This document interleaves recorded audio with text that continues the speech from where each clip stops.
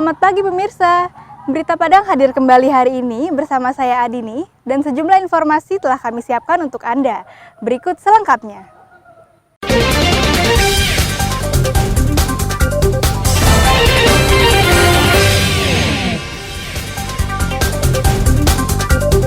Unjuk rasa warga korban gempa membuahkan hasil, Bupati cairkan dana bantuan gempa.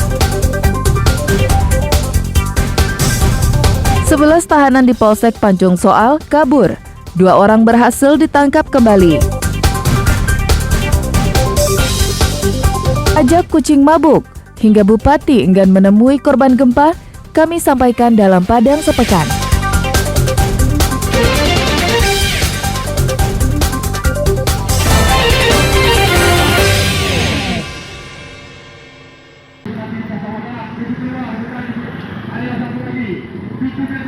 Ratusan warga korban gempa Pasaman Barat kembali melakukan unjuk rasa di depan kantor Bupati Pasaman Barat pada Rabu siang. Mereka long march dari Jalan 32 Kecamatan Pasaman menuju kantor Bupati Pasaman Barat sambil membawa berbagai spanduk yang mengecam Bupati yang terlalu lama mencairkan dana bantuan korban gempa. Sambil menunggu kehadiran Bupati yang berjanji akan menemui mereka, emak-emak memasak di halaman kantor Bupati. 2 jam menunggu, Bupati Pasaman Barat Hamsuardi akhirnya muncul. Karena situasi memanas, Bupati kemudian mengajak perwakilan warga untuk berunding di dalam kantor Bupati. Hasilnya, Bupati menyepakati untuk mencairkan bantuan gempa untuk rumah rusak berat yang sudah diverifikasi. Ya, sesuai dengan apa yang disampaikan Bupati tadi tentang rusak berat yang berjumlah 1.111, itu verifikasinya mungkin tinggal sekitar 80 rumah lagi ya, rusak berat. Kemudian besok sudah mulai proses pencairan bagi rumah rusak berat yang telah diverifikasi. Prosesnya mulai besok. Ya, itu seperti yang disampaikan Bupati tadi. Menurut Bupati Pasaman Barat, untuk data rumah rusak berat yang masih tertinggal akan diusulkan kembali ke pemerintah pusat dan pemerintah provinsi setelah selesai verifikasi rusak berat yang berjumlah 1.111 unit. Dan dana tadi kita sudah sampaikan kepada masyarakat, insya Allah mulai besok tim kita akan turun ke masyarakat, akan menemui masyarakat, akan mencairkan dana. Tapi bukan berarti langsung besok, karena harus ada dulu perjanjian masyarakat dengan tim kita, apa bentuk pelaksanaan yang dilaksanakan. Apakah itu dilaksanakan oleh aplikator atau mandiri, dan ada 3 itu tentu akan disepakati dulu bersama, baru nanti akan dicairkan dananya. Bupati meminta warga agar bersabar dan menunggu di rumah masing-masing, sehingga pada saat tim verifikasi datang berkunjung, bisa langsung menemui warga di tempat. Safatul Ulum melaporkan dari Pasaman Barat.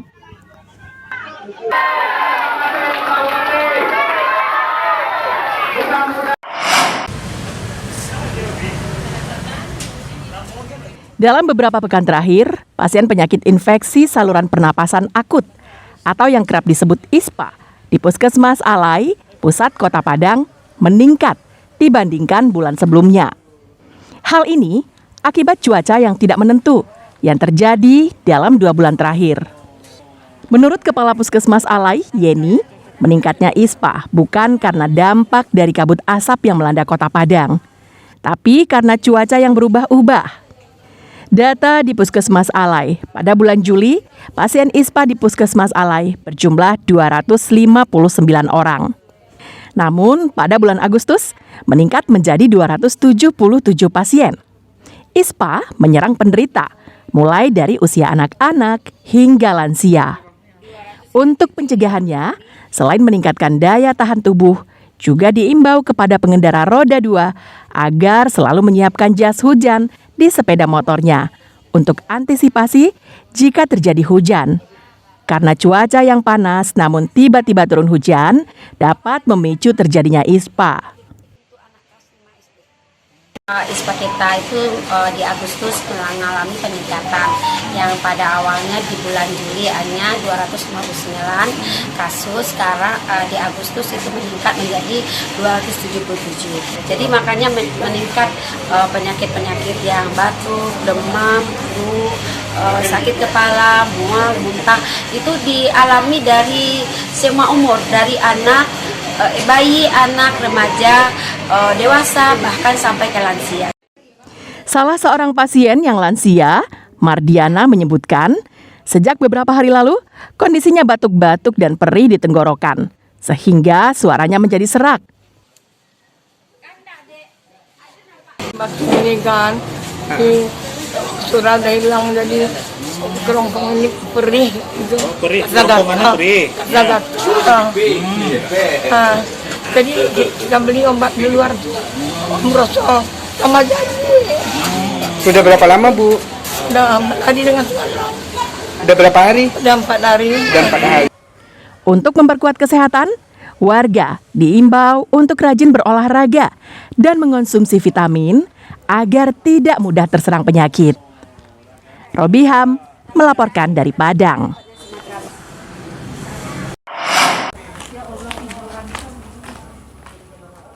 Jumlah pemilih di Kabupaten Padang Pariaman diperkirakan akan bertambah menjelang hari pemilihan. Seperti yang terjadi di Kecamatan 2x11 Namlingkung. Pada awal penetapan daftar pemilih tetap, tercatat 14.282 pemilih. Namun sampai Kamis siang sudah bertambah 5 pemilih tambahan. Hal ini diakibatkan berpindahnya domisili pemilih ke tempat yang baru. Namun, di daerah ini, pemilih tambahan juga diakibatkan tingginya keinginan perantau menggunakan hak pilihnya di kampung halaman. Apalagi saat pemilihan umum kali ini. Untuk memudahkan warga mengurus perpindahan ini, panitia pemilihan kecamatan memberikan pelayanan di tingkat nagari agar pemilih tidak kehilangan hak suaranya. Penyebab DPTB yaitu sudah pindah domisili ataupun data kependudukannya ke Kecamatan 2x11 Namlingkung. Pengaruh perantau Bapak ada, Pak? Pengaruh perantau sampai saat ini ya yang umumnya yang pindah KTP itu adalah asli orang sini merantau dan udah balik lagi ke kampung ini ke 2x11 Namlingkung. Sementara itu, Ketua Panwascam Andri Mardiansyah mengkhawatirkan kondisi jaringan internet di setiap TPS guna memeriksa keabsahan data pemilih tambahan ini. Setiap TPS itu harus mempunyai sinyal gitu, karena ada aplikasi Sidalih namanya. Jadi setiap pemilih nanti pas hitung suara itu akan dicek dulu di PT-nya di mana gitu.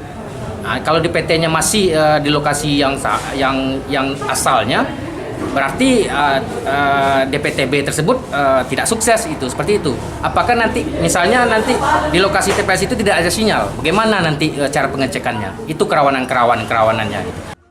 Masyarakat diharapkan ikut menyukseskan pemilu pada tahun depan dengan memberikan informasi yang benar yang mendukung proses pelaksanaan pemilu dari awal hingga hari pemilihan. Eki Rafki melaporkan dari Padang Pariaman.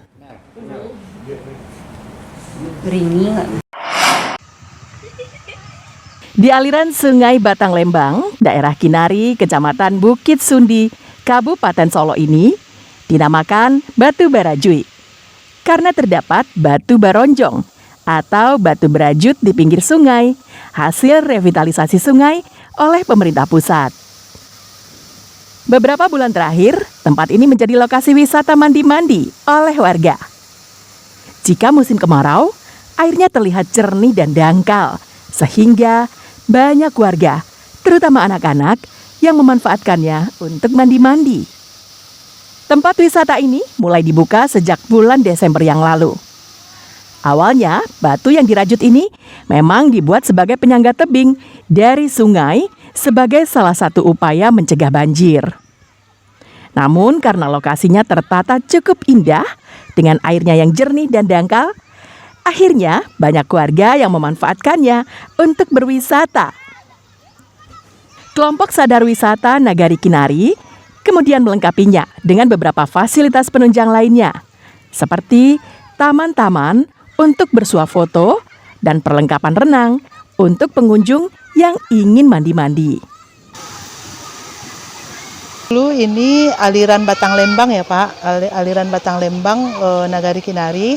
Nah dulu sungai ini salah satu yang sering kena banjir Nagari dari aliran sungai ini. Nah adalah program pemerintah untuk revitalisasi Batang Lembang.